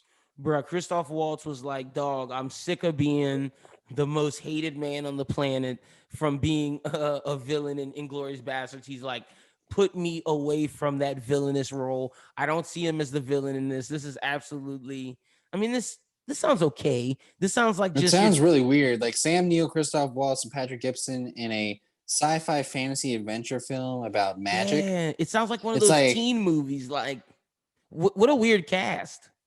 Yeah, so it's like with that group of guys, it makes me think it's not going to be corny as hell. But then it sounds like they're all villains. Sounds corny as hell. It sounds like they're all supposed to be the villain of a movie where we don't know who the real lead is. Yeah, so I'm so confused about this. Like, I'm trying to remember who Patrick Gibson is, but I'm pretty sure he has a villain face too. He does. So him and Sam Neill, like, I'm confused with this story as well. This is one that has me like, huh? Yeah, definitely. It's just like, where the hell did this come from? Yeah, I don't know about this one. And where's it gonna be? Yeah, that too. I don't think this is an Amazon or HBO, or this sounds like some Netflix trash. Well, speaking of something that's on Netflix, Charlize Theron says Old Guard's sequel script is complete. Filming will begin early next year. Do you want to see an Old Guard too? Do you want to see an Old Guard too? I want to see an Old Guard prequel. I want to see an Old Guard prequel TV show. Yes. An anthology series where we go through the different portions of the fucking universe of the time periods where they were assassins. Like, I know I keep saying that for everything, but I feel like these people are utilizing their IP wrong. The fact that we never got a John Wick TV show about the Continental tells me that they're not people that are the people in charge care more about making money than telling a good story. Like you said, Old Guard should be a prequel about the former people who were the knights of this in the different time periods and about them picking up each night in each different time period. That would be amazing. But we're doing a sequel with the new girl and Charlize Theron and this team. Like, what are they going to do? It's going to be another American war. It's like, I don't know. Yeah, it would have been more interesting to see the stuff of the past than to continue on what they had done. Yeah, they just wanted Charlize Theron, so it felt like they strayed the course. They played it as far as they can. Like, the government knows who they are. Now they're like helpers of the government. It's like, bro, it's just gonna be villain of the week, essentially. Yeah, but it's happening. Netflix is gonna put it out there. So, how much? Quick question: would you rather Old Guard 2 or Extraction 2? We're getting both. Old Guard 2. Oh. I might rather Extraction 2. Maybe it'll be better. It might be. So the wait for Dune just got a little bit longer. Warner Brothers, worth it, though, so they can make more money. Yeah, Warner Brothers have shifted the sci-fi epic to 3 weeks later, putting it October 22nd. It was previously set for October 1st. I think it had a lot of stuff coming out around that time. The move was part of a larger release date shuffle with Warner Brothers. Many Saints of Newark was pushed back 1 week, taking it to the original spot held by Dune. So it'll be out now on October 1st. That moves it off of the Venom weekend. Yeah, that's what There's a lot of stuff coming out around that time, but I feel bad for Timothy Chalamet because he's having what all great actors experience at one point. Two movies coming out at the same time that he has to promote. Dune, which he has to promote more than the other one because he's the main actor in Dune, but the other one is The French Dispatch, Wes Anderson's new movie where he has a side role. Yeah, so that comes out the 22nd. Yep. Yeah, it is a little bit difficult, but Every great actor goes through it. people are going to see Dune, and I think people are going to see The French Dispatch too. So I think you won't have too much issue. And the thing is, October movie schedule. I'm pretty sure, like you said, Venom is there, and then Eternals is November. There's something else. James Bond is coming out in October. They skipped James Bond. That's what it is. That's exactly what it is. They skipped James Bond. But the shuffle also affected Clint Eastwood's upcoming film Cry Macho, which was bumped up 1 month after Dune took its previous spot at October 22nd. So now it will release on September 17th. Good. It needs to get out the way. Like, let me tell you what they have. October 1st, Transylvania, After We Fell. October 15th, Halloween Kills, which we are ecstatic for. And then No Time to Die, October 8th. Dune wants that run the rest of October. Now it is going against Last Night in Soho, which comes out on the 22nd, and French Dispatch. Oh, and Ron's Gone Wrong. That's a rough weekend still. It is. It's going to be very interesting to see what people choose. Oh, Jackass 4 also comes out on October 22nd. Damn, yeah. That's a rough one. Mm-hmm. But Cry Macho, I wanted to say, because I didn't remember anything about it, but it's a story of a washed-up horse trainer who schemes to make $50,000 by snatching a streetwise Mexican boy from his mother in Mexico City and delivering him to his father and the trainer's ex-boss in Texas. It's a Clint Eastwood directed film. All right, Clint, we'll see what you got. We'll see what you got, friend. So next up, Zoe Kravitz's Pussy Island. We talked about last week. It is going to be It's going to be attached with MGM now, so it will be a theater, not a streamer. Nice. And Naomi Ackie will star alongside Channing Tatum. Yeah. Nice. Okay. Cool. Dean Winters, who is from 30 Rock, or best known for being the Mayhem guy in Allstate. He's joined the cast of the Joe Exotic series at Peacock in the role of Jeff Lowe, which this is perfect. Looks just like him. Look, Peacock might beat the Nick Cage one. We were pro Nick Cage, pro Amazon. But their cast is just like rounding out to be phenomenal. Their Joe Exotic sucks, but everything else besides Joe Exotic is great. Like, you have Kate McKinnon. You now have Dean Winters as Jeff Lowe. I'm pretty sure there was another one they had that was incredible. You got Nat Wolff. Yeah, as the boyfriend. Yeah, the husband. Mind your manners. Husband. Who is the guy with the hat? They casted someone as the fucking producer with the hat. That's hilarious. I forget who it is. Oh man, you know exactly bug me now, because we did just talk about it like a week or two ago. I'm about to Google it real quick. Tiger King cast. First thing people talk about. Tiger King cast. Let's see who we got. Let's see. Okay, here we go. Brian Von Holt is John Rinke. Kate McKinnon, Carol Baskin. John Cameron Mitchell, Joe Exotic. Nat Wolff, Travis Maldonado. Sam Keeley is John Finlay.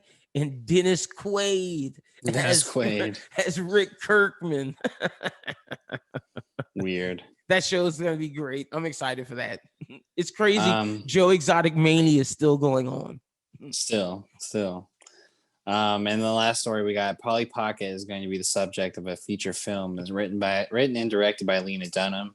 Lily Collins will play Polly. It's funny that it's Polly Pocket. I thought that thing at first said Pocket Pussy. And I was like, Pocket Pussy directed by Lena Dunham.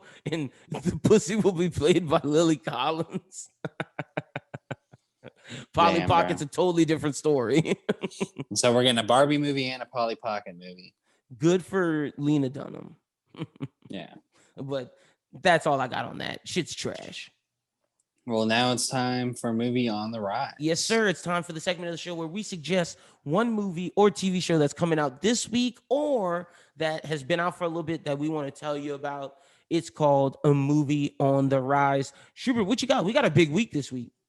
Yeah, we talked about this trailer a couple weeks ago. Werewolves Within had a lot of really good comedic and character actors, as well as the progressive girl in this AT&T. comedy based off a video. Oh, sorry, AT&T. Sorry, excuse me, Yeah, not Miliana, not the progressive whatever her lady. name is, Not Flo. not Flo. But Apparently it's Werewolves, good.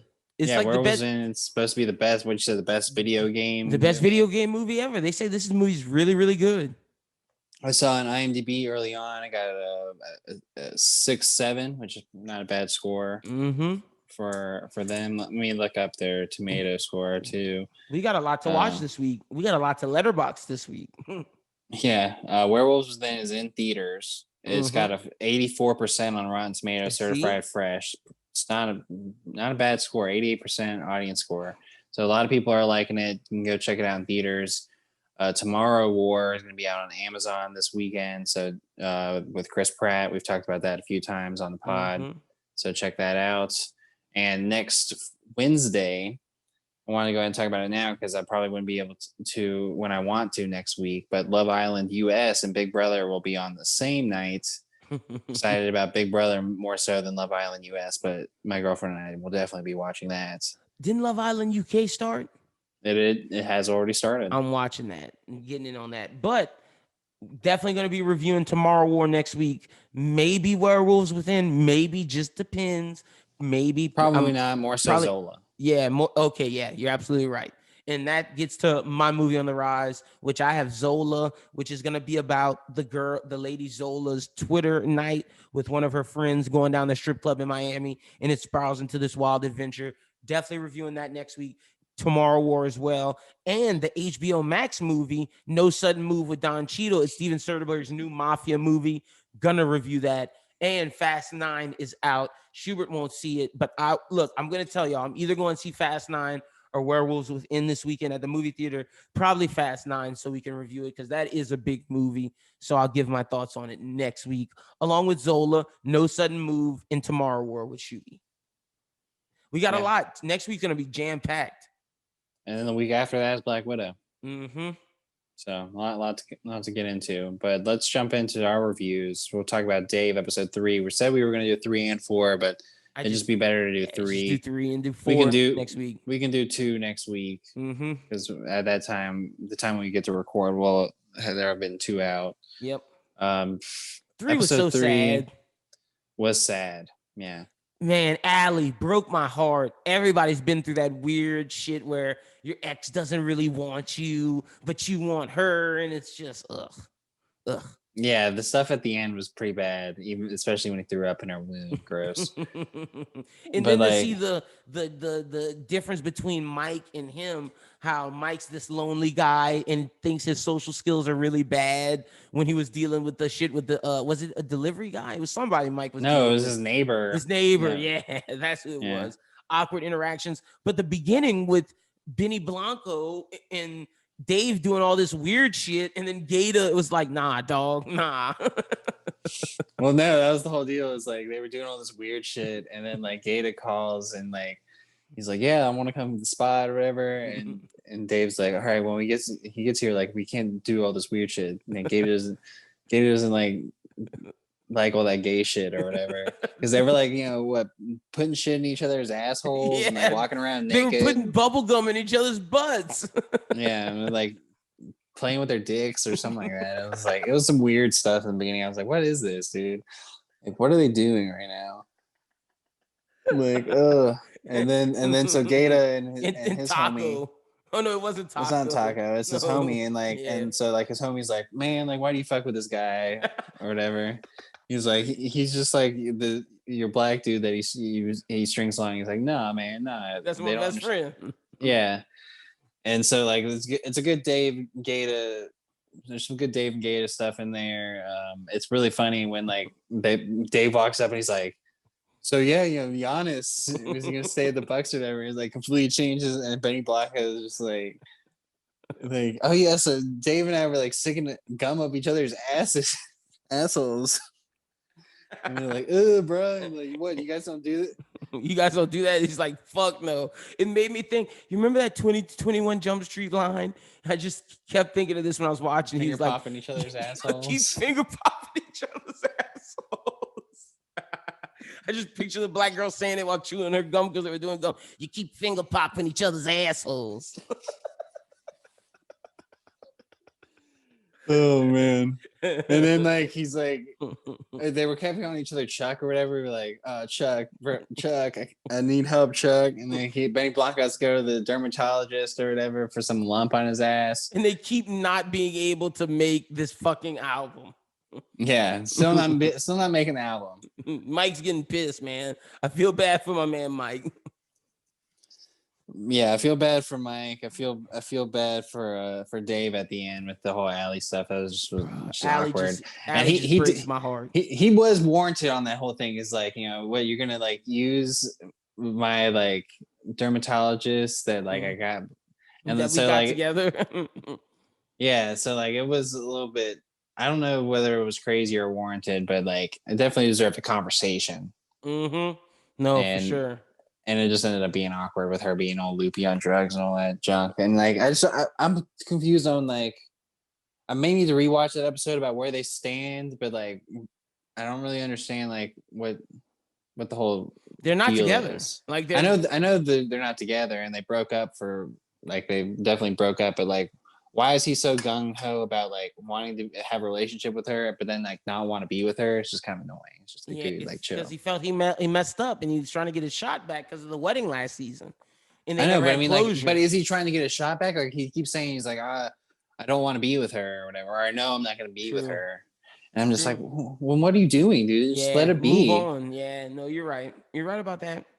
But that's Dave episode 3. Let's get to Loki episode 4, the best episode of the show. Did you watch the post credit? Oh yeah, with all the different Lokis, badass, badass. Crazy. Timekeepers being robots. That was a shocker for me. I was like, what? Crazy. But shout out to the girl because she definitely did a lot better job. Who?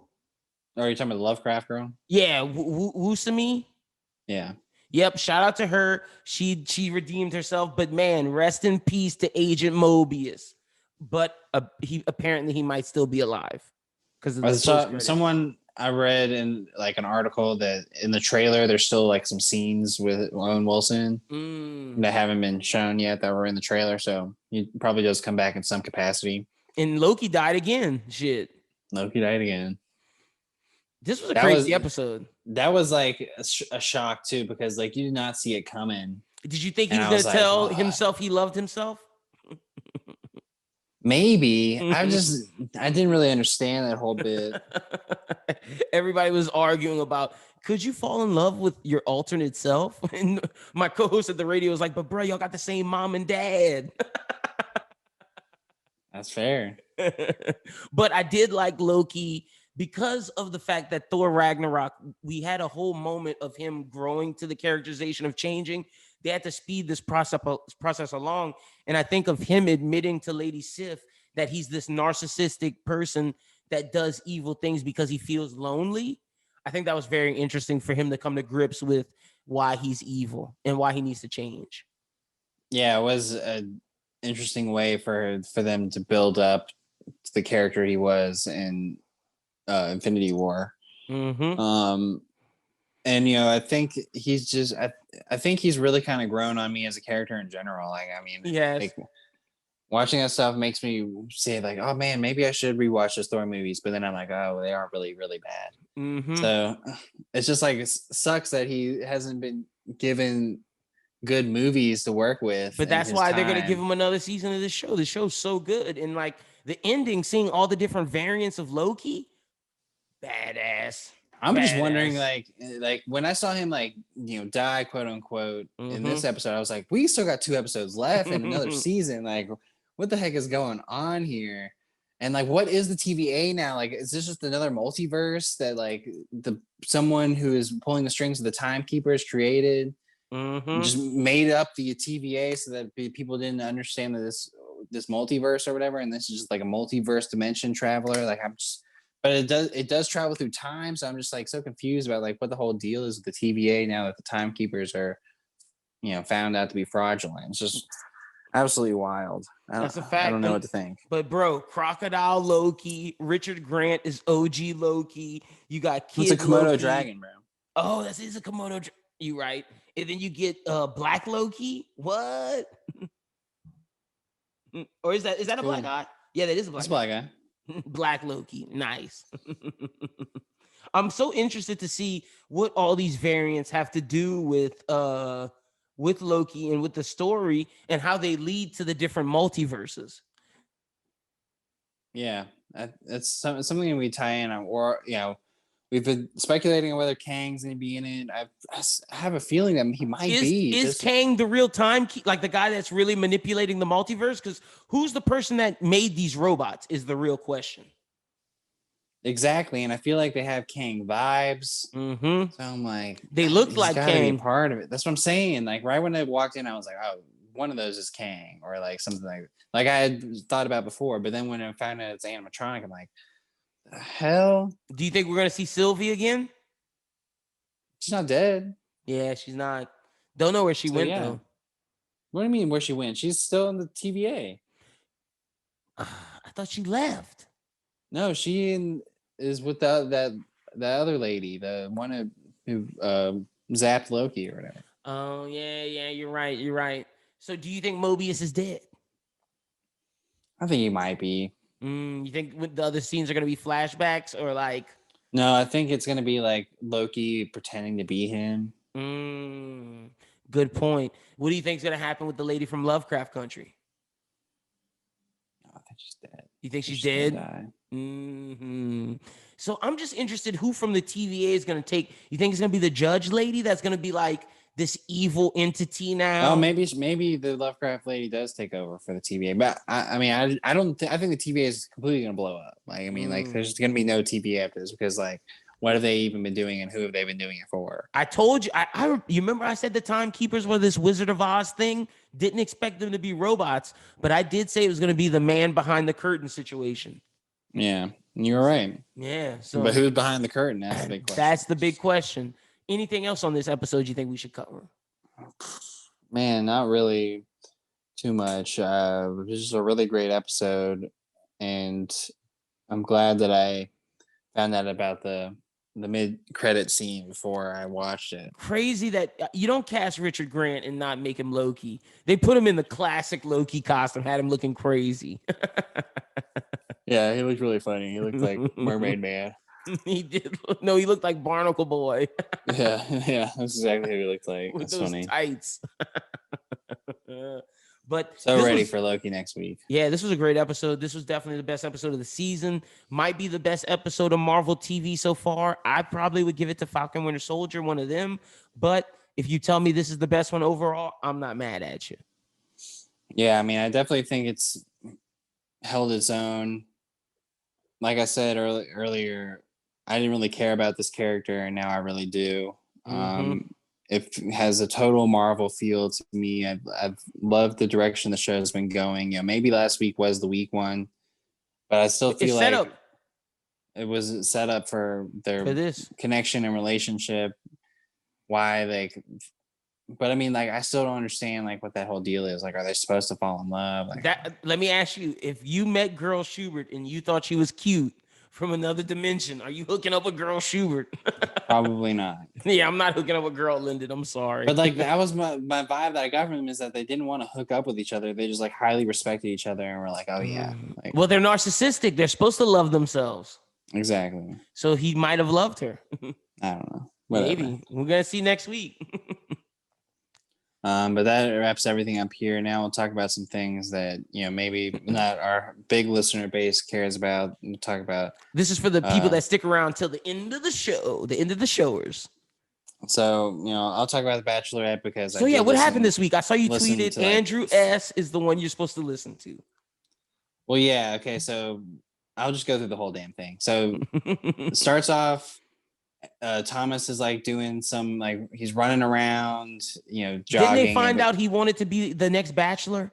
Yeah, last episode, what they asked him was, Thomas, have you ever thought about being the next Bachelor? And he's like, well, yeah, and which is a very valid answer. He's being completely honest and truthful, telling them the truth. Like, which one of them, besides maybe Michael from the one-on-one last episode with his wife died, has not thought about being the Bachelor? Oh, the widower.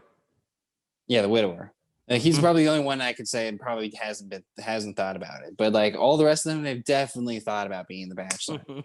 Like, they're lying to themselves. And then like the thing with Andrew S was like, after the group date, which was a truth or dare, same as the Tayshia group date from last season, which is pretty funny because I mean, like, it, and then it is worth noting a few things. So in that date, there was a part where you had to whisper into Katie's ear, and you didn't know whether or not she could hear it, but she could hear it. And Andrew S like did like a really good job, like whispering sweet nothings into her ear. Like everyone was about it, like because Tayshia and Chris and Caitlin were on. Were there with Can't Katie. Even remember her name. You hate her that much. I mixed Caitlin and Bristow together. That's what I did. But so Andrew did a really good job on the date, but Greg did a terrible job. He like ended up like quoting horrible bosses, like said some really weird nonsense. What did he say from horrible bosses? Something like, I'm gonna bend you down. Oh my gosh. And take you around the 50 states or something like that. And then like he proceeded to talk about like each state is like, we can take you down to Florida because it's deep or whatever. And what a bad job. And like he didn't know that she was like listening to it or whatever. And so like he says all that and he meets the criteria of the challenge, and then he fist pumps like, yeah, I did a great job. And then like Katie says like something derogatory to his thing, is like, ooh. But then later on, the part of the date is like they have to eat a habanero pepper, like super hot pepper, and like propose. And he does it, and he says like, he didn't take it very well. He was a big wimp about it, and he had to like he was like crying and holding milk later on. But like, so he does his deal with Katie. He's like, Katie, I love you so much, blah blah blah blah blah blah. And like, so my man like, Greg shit the bed, eh? Yeah, but then like, because Katie was like, selective hearing, she's like, oh, it's the first time he told me that he loved me. And I'm just like, oh, Katie, oh my God. But so like the night portion goes on, and like Andrew S so Greg and her have a conversation, and Greg again looks much uninterested in her. Greg's just a conniver. And then he wants to be the Bachelor? I think Greg just wants screen time, man, honestly. Actor shit. And Andrew S goes. Andrew S has a really good conversation with her. It builds on their relationship. You think, well, Andrew S might get the rose here. But then like the boys are sitting while Greg's doing his thing with Katie. And Trey, one of the other black guys, I don't know if you remember him. I know with the fro. Yeah, I know exactly what you're talking about. And he's like, we got to tell Katie about Thomas. Like, what? We got to guard her heart or whatever. She wants us to like, be honest with her, and we don't want her to like have to. He was losing ground, so he wanted to bring up the Thomas shit. And so Andrew S was like, bro, like, this is our group date. Like, we should be focused on building our individual relationships. Like, bringing something up like that is just gonna like derail the whole night, take people's time, and it's just gonna mess things up for the rose ceremony. So Trey does that, tells Katie. Katie gets upset, cries to producer, comes back, and at the end of the day, gives the rose to Trey for telling her, rewards him for snitching on this dude.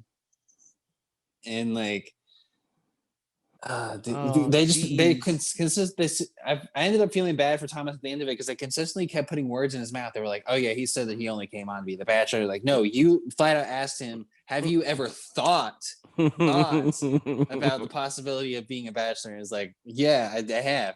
So I mean, like Thomas legit was probably being truthful the whole way through. There's an episode of the Vial Files, and I probably end up watching tomorrow, where Nick Vial talks to Nick Katie. Vial. He talks to Katie, and Katie's on a teaser that I saw that says that there was some stuff that they didn't air with Thomas that made her more so think about the decision of not keeping him. But like, so long story short, like Thomas goes to talk to Katie and like try and build up his credit and reputation. Ends up taking a lot of time for the men because like the rose ceremony gets started late. Does he get dumped? Oh, I'm getting to it. Uh-huh. And so Andrew S. again tells the group, he's like, "Here's what if we wouldn't have opened our big fat mouth and just would have trusted Katie with figuring out that this dude's a shithead, she probably would have figured it out herself, and we wouldn't have had to like gone through all this BS." And then like Aaron or whatever just yells at him. He's like, "Bro, blah blah blah," and then like Andrew S. like raises his voice to him. He's like, "Don't shout at me, bro." It's just like, oh my God, dude, it's some meathead BS. I gotta watch this episode now. Michael A. has the only good conversation with Katie at the before the rose ceremony. Michael A. I mean, he's a front runner for sure. And Is then he really? Yeah, dude, the guy with the widower, yeah. Oh yeah, okay, yeah, that's the widower. Okay. You gotta call him the widower. I don't know him as Michael A. Okay, but so they get to the rose ceremony. She picks dudes that I didn't even know their names. Like she sends 3 dudes home that I actually recognized, and I was like, "Why are you sending these?" Nobody really too serious. Is Marty still there? Who's Marty? The black guy. I don't know who that is. Okay, no, it's not Marty. Is Courtney still there? Courtney is still there. Okay. Is Mike still there? The virgin. Yes. Is Trey still there? Yeah. Andrew S? Yeah. Thomas? No. So what happens with Thomas is she goes through the whole deal, says all the people, is holding the final rose, and then calls Thomas up. It's like Thomas, and then all Justin, the dude who makes all the facial expressions, like what? They're all like, what the fuck? And then she Thomas goes to give her a hug, and Katie steps back, and then says, "You are manipulative. You're a liar." Blah blah blah.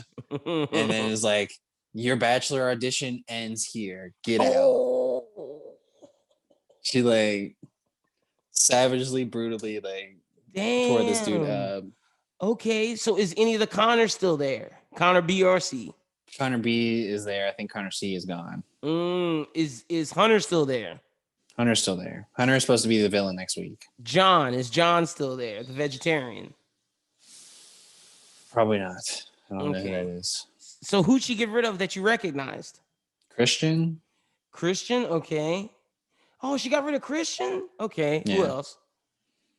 The Connor C guy. Connor C. The other one I definitely recognize, but I don't remember who all the other guys are because I barely remember their names. But Thomas got the bars this week. Thomas got the bars. Your bachelor audition ends here. And the only other part of the episode was Blake from Tasha season coming to talk to Katie and be like, "I want to." They chatted in the DMs. They admitted to that. So does he join the show? At the very end, she was like, "Yeah, I want you to join the show," and so he's going to be in next week. So that's going to be another bit of drama. Ooh, I know the boys upset about that. Yeah, especially because they're so tight knit. They've been getting people out. So who's the front runner right now? The front runner, after listening to one of Nick Vial's podcasts today, he said when he came on Caitlin Bristow's season and was like, "Yeah, we DM'd a little bit." They actually DM'd a lot. He's like, Blake and Katie are probably lying. They probably talked a lot before this and were maybe really heavily flirting. So I think at this point, Blake is probably the front runner. Top 4. I think Greg and Andrew S. and Michael are your top 4.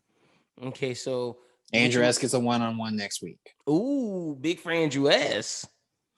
So that means that Austin, not Austin. What's dude's name who snitched on Cody?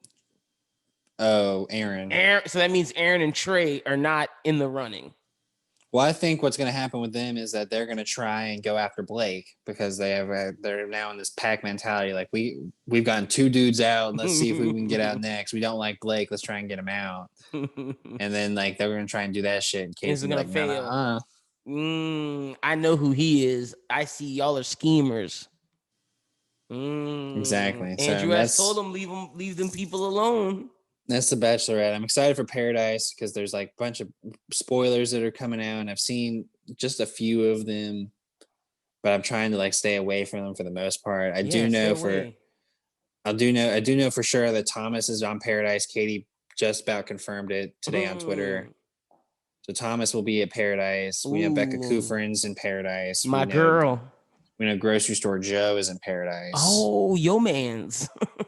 So those are a few names that we do know that do make it to Paradise. So the next Bachelorette season is who? Michelle. Okay. So I'm be interested to see who from this season carries over. Maybe goes to Michelle's season. You think some people go to Michelle's season?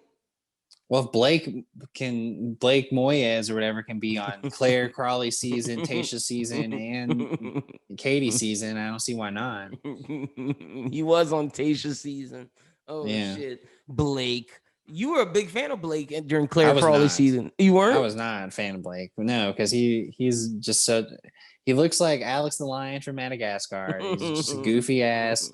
They did like a pottery class or whatever, and he made a dick. And it's just like he's just a child, bro. But the last thing I want to talk about why I had you here was Man and My Hero episode this week was fire. With the Enderverse stuff starting. Yeah. And then how they showed Hawk's a little doing his shit. Hawk's in his bag working with the villains. I'm just ready for My Villain Academia. They switched them. I think it'll work better this way for people like you to be like, okay, we're gonna get this. And then because My Villain Academia, it happens so abruptly, but you see the Shigaraki shit in the beginning, and you're like, what? What's going on with Shigaraki? And they're like a couple weeks earlier. Yeah, so that's gonna be pretty neat. We definitely saw the change in the theme, so with the villains in it, so we know that they're gonna make that change pretty soon. I didn't watch to see if it was next week's episode.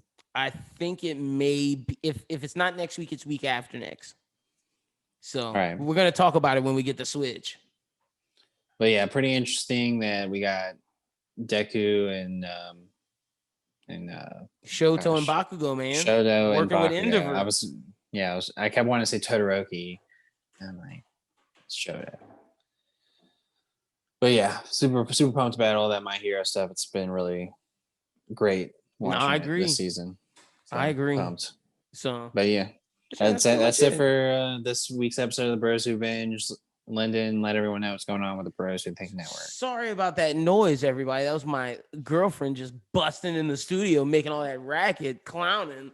But y'all can check out the most recent episode of the Bros Who Think podcast. That's out now. Anime Talk will be out on Friday. Just because the move didn't get a chance to record it, me and Chris are recording it tomorrow. By the time you hear this, Thursday, so y'all look at that on Friday. Like we said, the pitch and match was postponed. We'll give y'all the new dates soon and give you the new dates on Run It Back very soon. But yeah, that's pretty much that's all that's out this week. So make sure you follow us on Bros Who Think and subscribe to the YouTube.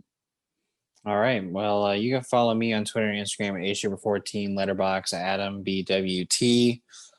I should review something pretty soon. What did I watch recently? I'm reviewing Tomorrow War. Fucking all the movies we're about to watch this weekend. We have so much. The most recent movie I watched was actually Anaconda. Was it good? I mean, trash. No, it's not. But it's just hilarious because John Voight has the most hilarious accent ever. And Ice is that Cube. his Southern voice? No, it's like Voight. Him. He's like Spanish or whatever. He's like, I like a snakes. Bro, those movies where they made William Dafoe a mafia boss in fucking the Desperado sequel, Once Upon a Time in Mexico. They made William Dafoe a mafia boss, and then in Anaconda, they made fucking John Voight a Latino. I feel the Latino like left the priesthood from Argentina. These white actors they make into Latinos are absolutely ridiculous. Yeah, it was ridiculous, dude. I was like, J-Lo, how'd you not slap him on set? Crazy. John Voight. And Owen Wilson's in that movie too. He is in that movie. Oh, But shit. pretty wild. But yeah, that's all I've been watching. So check out our stuff on Letterboxd and make sure you check out next week's show. We'll let you know on Twitter when that's probably gonna come out. I'll be doing a little summer vacay, but I'll be back in the middle of the week to Should be get back out into the Friday, grind. late case Saturday. Yeah. Yeah, but again, like Lynn mentioned, we're not going to do a pitching match next week. Got postponed. Probably so do a live stream. Just maybe do a live stream. come chill with us in the stream. Go to the Discord. Mm-hmm. You'll probably hear from it there. But anyway, check us out next week, Bros Who Binge, and make sure you check out all the things that we talked about in Movie on the Rise. It's going to be a great week for movies and TV. So I hope everyone out there has a great week. And as always, keep binging.